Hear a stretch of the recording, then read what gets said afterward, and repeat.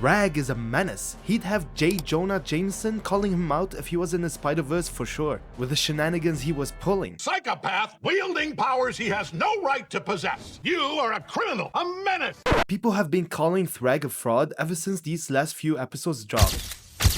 And honestly, I kind of get it, because if you only watch episode 6, this man got introduced like he was supposed to be the final boss of the whole show, and then spent half the episode talking to a skull and losing the war. He then retreats before really doing anything. Some people were even saying he had no aura, no presence, going so far as saying Conquest felt 10 times scarier, which is a crazy thing to say because Conquest is literally terrified of Thragg. That alone should tell you everything you need to know. Because if the most violent, bloodthirsty monster in the show still has to stand there and explain himself to somebody else, then maybe that somebody else is a much bigger problem than we think. So you already know we had to debunk these Thragg haters and put them in their rightful place. So grab your popcorns, sit back and enjoy this video. First of all, we need to take a look at why people think he's weak. Because if we're being honest, I understand why people were disappointed. Thragg didn't do much physically. The coalition was winning and he looked very emotional. He even gathered up his children and fled.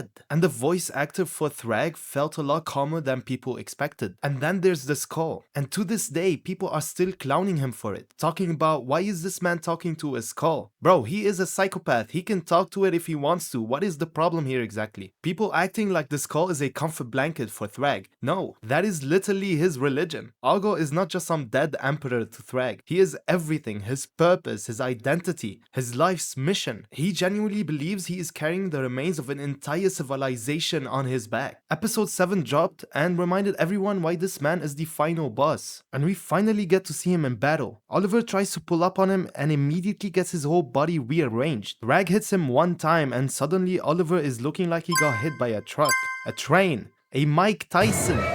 All at the same time. Bro was treating Mark and Oliver like side quests. And the crazy thing is, even after all of that, Thragg is still holding back. If I was with the coalition and I see bro doing all that, I would dip out of there immediately. No breath wasted, bro. Don't forget how he bitch slapped Nolan and sent him flying down the planet. And then Nolan came up with the great idea to blow up his planet. Not gonna lie, I stopped rooting for Invincible halfway through the episode. They had me so worried about Invincible, I had to pause the video and just sit there, take a moment of silence. I almost forgot I was watching a TV show, bro. With how bad Thragg was acting up, I was genuinely scared for Invincible. Beerus then tells him he has nothing left to fight for. And Thragg basically says, nah, I still got revenge, and instantly kills him. Then after almost killing Mark and Nolan as well, Thragg decides to spare them. If we go back to the start of the episode, we can finally understand why this man is mentally insane. We find out that Thragg was basically built in a lab to become the strongest Viltrumite alive. This man was born, handed an empire, and then told, good luck uncle, the whole species depends on you now. And then on top of that, the Great Purge, the Scourge virus, and how Viltrum basically got turned from the strongest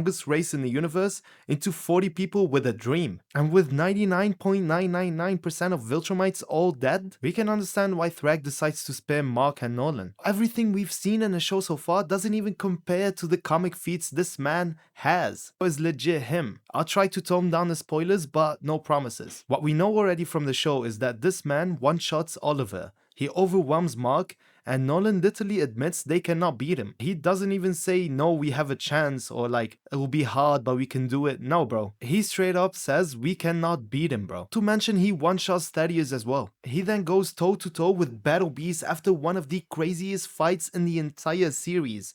One which I cannot wait to be animated. And if you know anything about Battle Beast, you know that guy is crazy. He's basically if Kratos got dropped into the Invincible universe and only listened to heavy metal. And Thragg beats the pulp out of him and even wears his skin around him like some kind of trophy. Later on, Thragg gets so ridiculous that he can kill Ragnars with his bare hands. Ragnars, the same creatures that Viltrumites are scared of. The more I looked into his feats, the more I realized calling him a fraud now is like calling Madara a fraud before he even gets to the battlefield. Nolan and Mark are proof that Viltrum can become something else, and Thragg cannot accept that. He would rather destroy everything than admit the old ways are dead. This is why the more you understand him, the scarier he becomes. And this is exactly why I think people are gonna switch up on him hard. Because Invincible has done this before. A lot of characters start slow, and a lot of characters seem whatever at first, and then the show gives them more time and more moments, more aura, and suddenly everybody acts like they love them from the beginning.